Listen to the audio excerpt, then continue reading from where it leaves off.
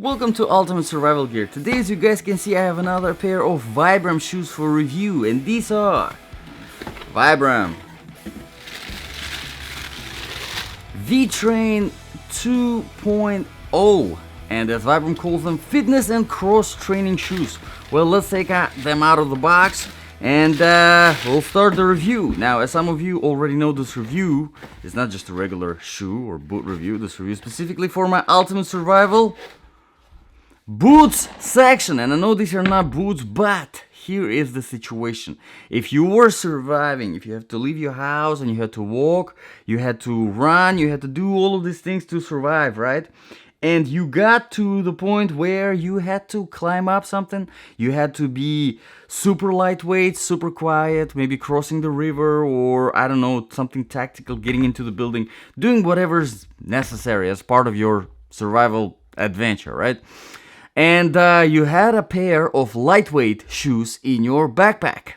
This is what I'm currently in search for personally, and this is one of the options that I have had. So how good these are? Well, how do we make the judgment? We make the judgment based on 8 different criteria. Let's begin. Criteria number 1, comfort level. And in order to test the comfort level of all the boots and shoes that I review on this channel, I do a 3-mile run non-stop, and then a 5-mile walk non-stop through different terrains, and continue wearing the boots or shoes for the rest of the day, about 8 hours total wear time.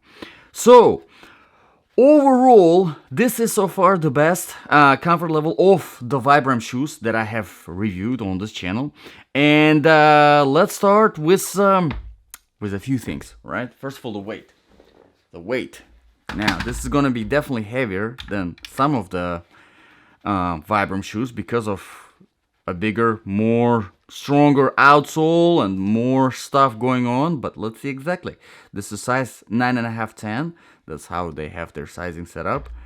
And this is 7 ounce. Very, very good. Very impressive. I do like, definitely satisfied with the weight. It is still very lightweight, so I am definitely good on that. Now, whenever it comes to the inner sole, it is, I wish there was a little bit more of the cushioning, just to give you a little bit of a better feel. Now, the flexibility of the outsole, is very impressive. So you can run without any problems in these shoes.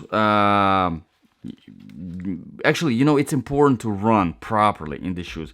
You don't want to put any stress on your heels because it will transfer to your ankles and it will transfer to your knees, all right? And you definitely don't want that. Now, of course, there is a padding going around here, unlike some other Vibram shoes, and that padding definitely adds some comfort. The material itself is very soft, so it kind of adds to the comfort as well. One thing that, in my opinion, takes away from the comfort is this freaking fingers.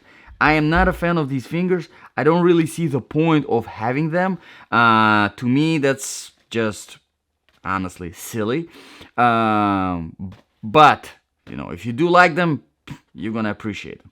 Let's move on to the criteria number 2 now, proofing and protection. Now, there isn't really much to talk about proofing. They're not waterproof, which is fine. I don't care. They will dry up really quick if you get them wet, so not a problem. Protection-wise, there isn't much protection either. Your toes are not protected at all. No heel protection, no ankle protection, obviously. Now, the outsole is a little bit more durable and protective compared to a lot of other Vibram shoes, so I do like this one. This probably would be my choice if I decided to go with Vibram whenever it comes to the outsole. It is really good, but we will talk about that later. Let's move on to the criteria number 3, quality and the design feature. Now, quality-wise, Vibram shoes, they're very popular. People do like them, and this particular one has over 480 reviews on Amazon.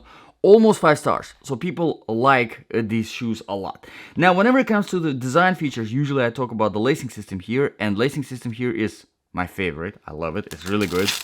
Now, we have a quick lace system right here with the lace and your lock over here. Now, you tighten it, you bring the lock, and then you Velcro this to this Velcro right here, and then there is another Velcro strap going all the way around it. Of course, you can put all of this excess strings here as well to prevent you from tripping, really, over something, right? So really, really good lacing system. I do like it a lot. Now, one design feature that I'm not a fan of here personally. It's my personal opinion. Again, there's the fingers. To me, this is stupid. It's uncomfortable, and also it takes way longer to put these on than they could have been if there was just a a normal toe box instead of these fingers. I like the shoe overall, but these fingers, they just, I don't know, it's just it's a no-go for me because of the fingers. Literally putting them on, you're trying to get it in, and this finger goes there, that finger goes here. I don't know, it's just stupid. But let's move on to the criteria number 4, outsole traction and stability. Now, like I said, this outsole is, of all the Vibram shoes that I have reviewed, and it's about, 5, 6, 7 of them, this definitely is the best outsole. It's excellent. In fact, you've probably seen that outsole before from one of my shoe reviews of the Chinese shoe.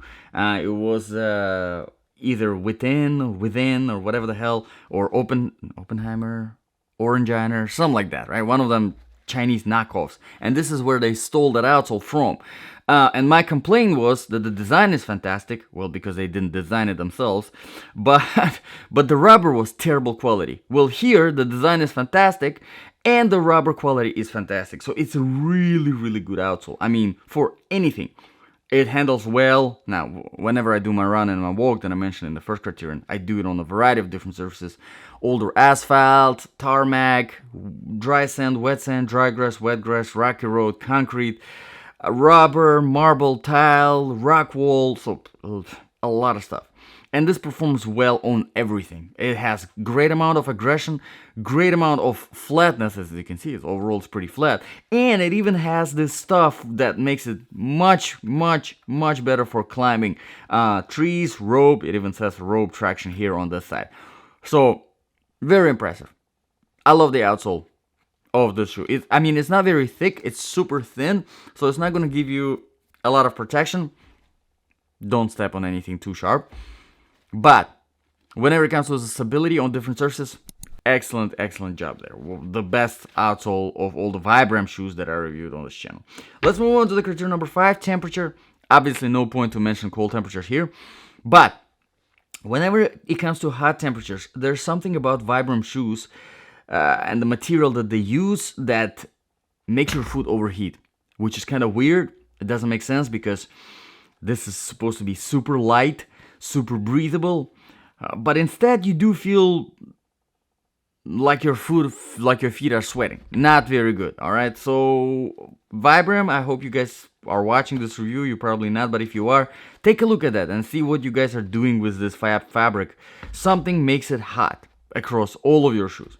Let's move on to the criteria number 6, sizing. These are true to the size. The sizing is a little weird. You get 9, 9.5, 9.5, 10, 10, 10.5.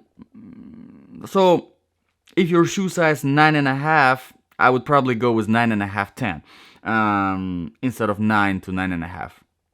Or maybe you can play around and do 9, because considering this is pretty soft on the inside, it's still weird. It still feels kind of uncomfortable because of the finger grooves, but you might want to play around and see what fits you best. Let's move on to the criteria number 7 now, balance of application. So if these really were your backpack shoes, would they be good?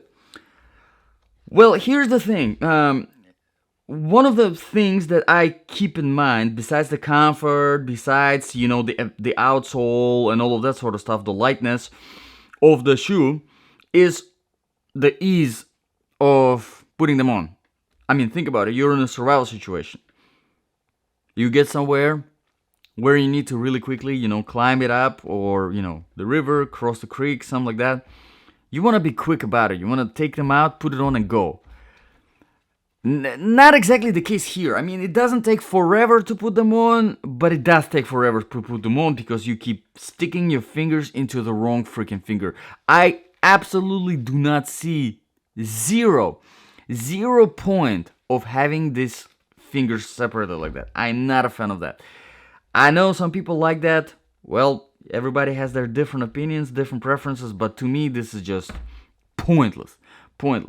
So I really wish that there was an option for me, the same exact everything without the finger grooves. Also, I think that would be nice if there was a longer shaft just wrapping around your ankle, just to give you a little bit of better support, a bit better hold, and a little bit more cushioning in the inner sole. I think that would make a perfect shoe, especially with this lacing system. This lacing system is great in my opinion, and the outsole is absolutely fantastic. This is my favorite Vibram shoe of all the Vibram shoes they have so far. But here's the problem. Gets me to the criteria number 8, the price. Okay, the price. Are you ready? $120 currently on Amazon. The link is in the description below. 119.95 to be specific. That is, well, I mean, I'm trying to find a word. Nothing comes to mind but outrageous.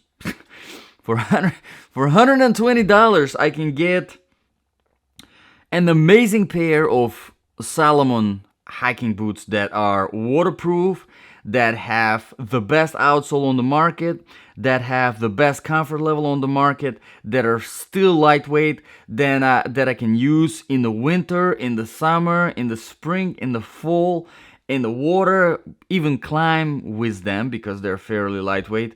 And I can walk for miles and not have any problems, and I can trail run in them, and I can train in them, and I can do whatever.